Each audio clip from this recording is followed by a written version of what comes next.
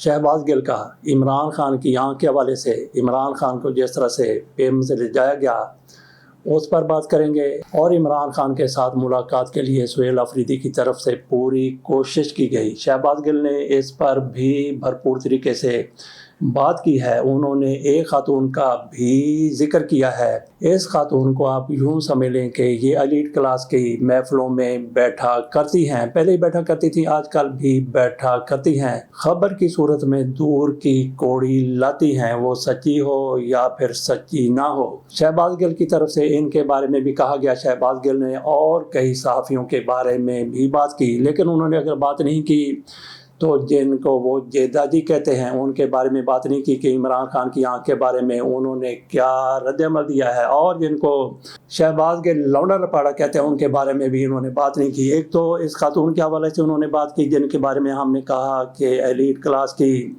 یہ محفلوں میں بیٹھتی ہیں، اور اس کے ساتھ ساتھ انہوں نے ایم ایف کی بھی بات کی، منیف فاروق کی بات کی، اور اس کے ساتھ ساتھ طلعت حسین صاحب کی بھی انہوں نے بات کی کہ طلعت حسین صاحب اس معاملے میں حکومت کو کس طرح سے کوستے ہوئے نظر آ رہے ہیں۔ شہباز گل کی طرف سے خاتون کے بارے میں جو کچھ کہا گیا یوں سمجھ لیں کہ انہوں نے ان کو ایکسپوز کرنے کی کوشش کی ہے۔ میرا خیال ہے کہ پہلے آپ کو سنا دیتے ہیں کہ یہ خاتون کیا کہتی ہیں، اور اس خاتون کے بارے میں شہباز گل نے ایسی کیا بات کر دی، ان کے حوالے سے کس طرح سے بات کی کہ یہ کس طرح کی خاتون ہے۔ میرا خیال ہے کہ ہم اپنی زبان سے نہ کہیں تو بہتر ہے، شہباز گل کی زبانی سن لیتے ہیں، آپ کو پتہ چل جائے گا کہ کس خاتون کا ذکر ہو رہا ہے، اور اس کے بعد بتائیں گے کہ شہباز گل اتنا زیادہ ادھار ان سے کیوں کھائے بیٹھے تھے۔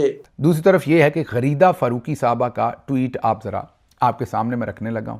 غریدہ فاروقی کون ہے؟ میں ذاتی طور پر بھی جانتا ہوں، صحافتی نہیں میں تجزیہ کر رہا، میں نے ذاتی طور پر بھی ان کی بہت ہی مشکل میں ایک دفعہ مدد کی تھی، اور جس ہاتھ سے مدد کی تھی اسی ہاتھ کو انہوں نے ڈسا تھا، بہت ہی مشکل ترین میں، جب ان کے خاندان سے کوئی شخص ان کے قریب آنے کو تیار نہیں تھا۔ میں احسان نہیں جتا رہا، کبھی ذکر نہیں کرنا تھا، لیکن اصل میں انہوں نے اسی ہاتھ کو ڈسا تھا جس ہاتھ سے ان کی مدد کی تھی۔ تو ان کے اندر کوئی اخلاقیات نام کی، یہ میرا ذاتی تجربہ ہے، اگر ان کے مخالف کی جو جسم ہے اس کو کاٹ کے تیزاب کے ڈرم میں بھی کوئی پھینک دے، تو اگر یہ اس شخص سے ناخوش ہیں یا مخالف ہیں تو یہ خاتون ہنسیں گی۔ ان کے اندر نہ انسانیت ہے، نہ کوئی ایتھکس ہے، نہ کوئی کریڈیبلٹی ہے، نہ کوئی انٹیگریٹی ہے۔ یہ میں ذاتی تجربے کی بنیاد پر آپ کو بتا رہا ہوں، کوئی صحافتی تجزیہ نہیں کر رہا۔ میں نے ان کا جو بدنما چہرہ اور ان کے اندر کی گندگی اور غلاظت ہے اس کو خود ان کے اوپر احسان کرنے کے بعد جو ان کے شر سے میں نہ بچ سکا، اس لیے میں آپ کے سامنے یہ رکھ رہا ہوں۔ تو انہوں نے آج کیا ٹویٹ کیا؟ انہوں نے کہا کہ عمران خان کی صحت کو کوئی ایسی پیچیدگی لاحق ہوئی جس کی بنا پر جیل سے باہر ہسپتال میں لانا پڑا، اس بارے سب سے پہلے فیملی کو آگاہ کرنا چاہیے تھا۔ یہ کون کہہ رہا ہے؟ یہ غریدہ فاروقی کہہ رہی ہے کہ فیملی کو آگاہ کرنا چاہیے تھا، حکومت کی طرف سے فوراً باقاعدہ تفصیلات فراہم کی جانی چاہیے تھیں، نہ کہ غیر مصدقہ انداز سے خبر لیک کی جاتی، پھر پیمز کے ڈاکٹر تصدیق کرتے۔ ابھی بھی حکومت ڈاکٹرز کے موقف میں تضاد ہے۔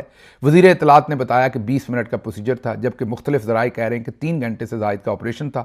حکومت کو فوری اس بارے میں تمام تفصیلات میڈیا کے سامنے رکھنے چاہیے۔ بہتر ہوگا کہ پیمز کے ڈاکٹر نمائندے کو ساتھ بٹھائیں۔ اس وقت عمران خان کی صحت کیسی ہے اس بارے میں ٹرانسپیرنسی ہونی چاہیے۔ سیاسی اختلافات اپنی جگہ، قانوناً مجرم ہونا اپنی جگہ۔ غور سے سنیں یہ ساری لائنیں، سیاسی اختلاف اپنی جگہ، قانوناً مجرم ہونا اپنی جگہ، لیکن بہرحال عمران خان ایک سیاسی لیڈر ہے۔ یہ خاتون ہر روز کہتی ہیں ختم شد، اب کہہ رہی ہیں عمران خان ایک سیاسی لیڈر ہیں، اور ان کی صحت اس صورتحال بارے آگاہی لازمی ہونی چاہیے۔ جہاں مصدقہ خبر کا فقدان ہو، فیک نیوز وہیں پیدا ہوتی ہے۔ ہیپوکریسی کی بھی سیما ہوتی ہے۔ آگے طلعت حسین، ایک اور ایسے ہی بغض کی ماری ہوئی شخصیت۔ عمران خان کو کتنی دیر جیل میں رکھیں گے؟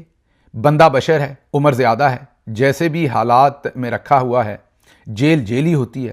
اگر کچھ ہو جاتا ہے تو اسے کیسے ٹیکل کرنا ہے؟ جو لوگ عمران خان کے نام پر باہر سیاست کر رہے ہیں، عمران خان کی جان کے لیے وہ بھی انہوں نے کہا کہ خطرہ ہی پیدا کر رہے ہیں، وہ سپیس نہیں پیدا کر رہے ہیں عمران خان کے لیے کہ ان کی رہائی کے لیے۔ حکومت کو بھی سپیس پیدا کرنی چاہیے، ریاست کو بھی 2 قدم پیچھے ہٹنا چاہیے اور اس معاملے کو سالو کرنا چاہیے۔ یہ کون کہہ رہا ہے؟ یہ ہمدردی کے بول کون بول رہا ہے؟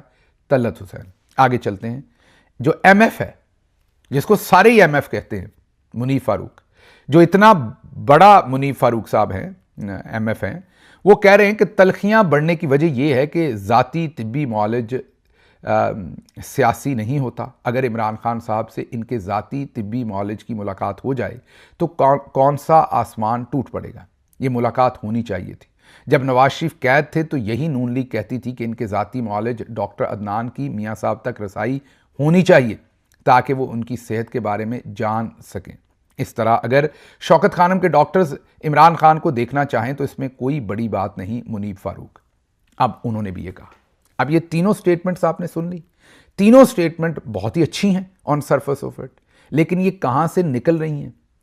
مطلب یہ جس غلاظت میں سے یہ سٹیٹمنٹس معذرت کے ساتھ نکل رہی ہیں، یقین نہیں آ رہا کہ نکل رہی ہیں۔ تو اب ان کو سائڈ پہ رکھ لیجئے۔ تو یہ آپ کے سامنے ہم نے ویلاگ رکھ دیا، اس میں عمران خان کے حوالے سے ان لوگوں کا رد عمل ہے، عمران خان کی فیور میں ان کا رد عمل ہے۔ لیکن غریدہ فاروقی صاحبہ کی طرف سے جس طرح سے کہا گیا کہ عمران خان قانونی طور پر جیل کاٹ رہے ہیں، ایسی بات عمران خان کے مخالف ہی کر سکتے ہیں، عمران خان کے حامی ہرگز ایسی بات نہیں کر سکتے۔ اور پھر دیکھیں کہ دوسرے لوگ بھی، ان کو بھی ایسا محسوس ہوا کہ عمران خان کے ساتھ ظلم ہو رہا ہے۔ انہوں نے اپنی زبان سے نہیں کہا، انہوں نے اپنی زبان سے بس اتنا کہا کہ عمران خان کے ساتھ زیادتی ہو رہی ہے، ایسے ہی سرسری انداز میں ان کی طرف سے کہہ دیا گیا۔ اور جس طرح سے شہباز گل کی طرف سے ان میڈم کا ذکر کیا گیا ہے، ابھی ہم نے آپ کو بتانا ہے کہ شہباز گل نے آخر کار ان کے بارے میں ایسی باتیں کیا کر دی، انہوں نے شہباز گل کے ساتھ کیا کیا تھا کہ شہباز گل اتنا زیادہ ان کے بارے میں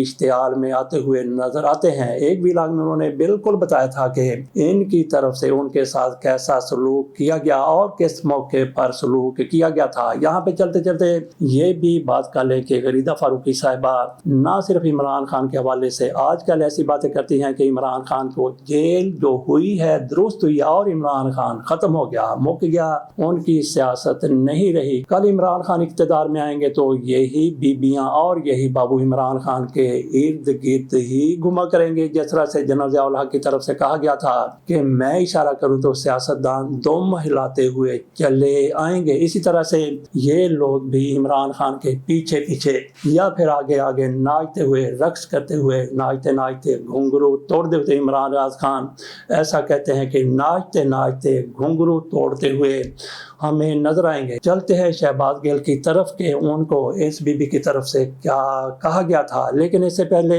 ان بی بی کی یہی بات کر لیں کہ ان کو ایکسپریس نیوز سے نکال دیا گیا تھا۔ کیوں نکال دیا گیا تھا؟ ایک ان کی گھریلو ملازمہ تھی، ان پر انہوں نے تشدد کیا تھا، خبریں وائرل ہوئی، خبریں اخبارات میں آئیں تو ان کو ایکسپریس نیوز سے نکال دیا گیا۔ اور پھر آج ٹی وی نے کہا کہ ہم ایسے لوگوں کے لیے اپنے دروازے کھلے رکھے ہوئے ہیں، آئیے ہمارے ساتھ آئیے۔ آج کل نہ جانے یہ کس ٹی وی پر پروگرام کرتی ہیں۔ بعد میں بھی سنا گیا کہ ایک اور ملازمہ کو بھی ان کی طرف سے حبس بے جا میں رکھا گیا تھا، ان کے والدین بھی روتے پیٹتے ہوئے میڈیا میں نظر آئے تھے۔ بات ہماری لمبی ہو رہی ہے، آ جاتے ہیں شہباز گل کی طرف کے ان کے ساتھ ان کا کیا سلوک تھا۔ یہ جب کورونا پاکستان میں شروع ہوا تھا 2019 کی بات ہے، اندازہ کیجئے کہ اس موقع پر عمران خان کی حکومت تھی اور شہباز گل صاحب عمران خان کے قریبی ہوا کرتے تھے اور میڈیا کے ساتھ ان کا تعلق تھا، میڈیا کو دیکھتے تھے تحریک انصاف کی طرف سے، اور پھر میڈیا کے لوگوں کے ساتھ بھی ان کا ایکشن اور انٹریکشن ہوتا رہتا تھا۔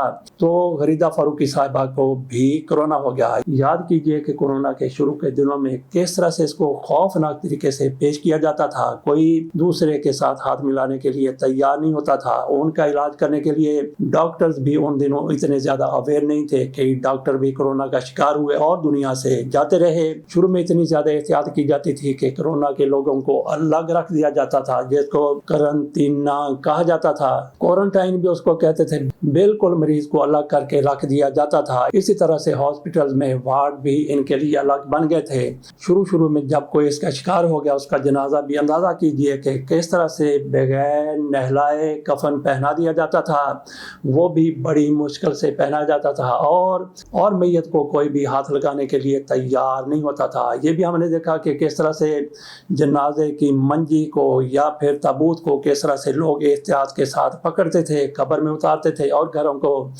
چلے آتے تھے۔ اتنی زیادہ احتیاط، نفرت میں نہیں کہتا، اتنی زیادہ احتیاط کی جاتی تھی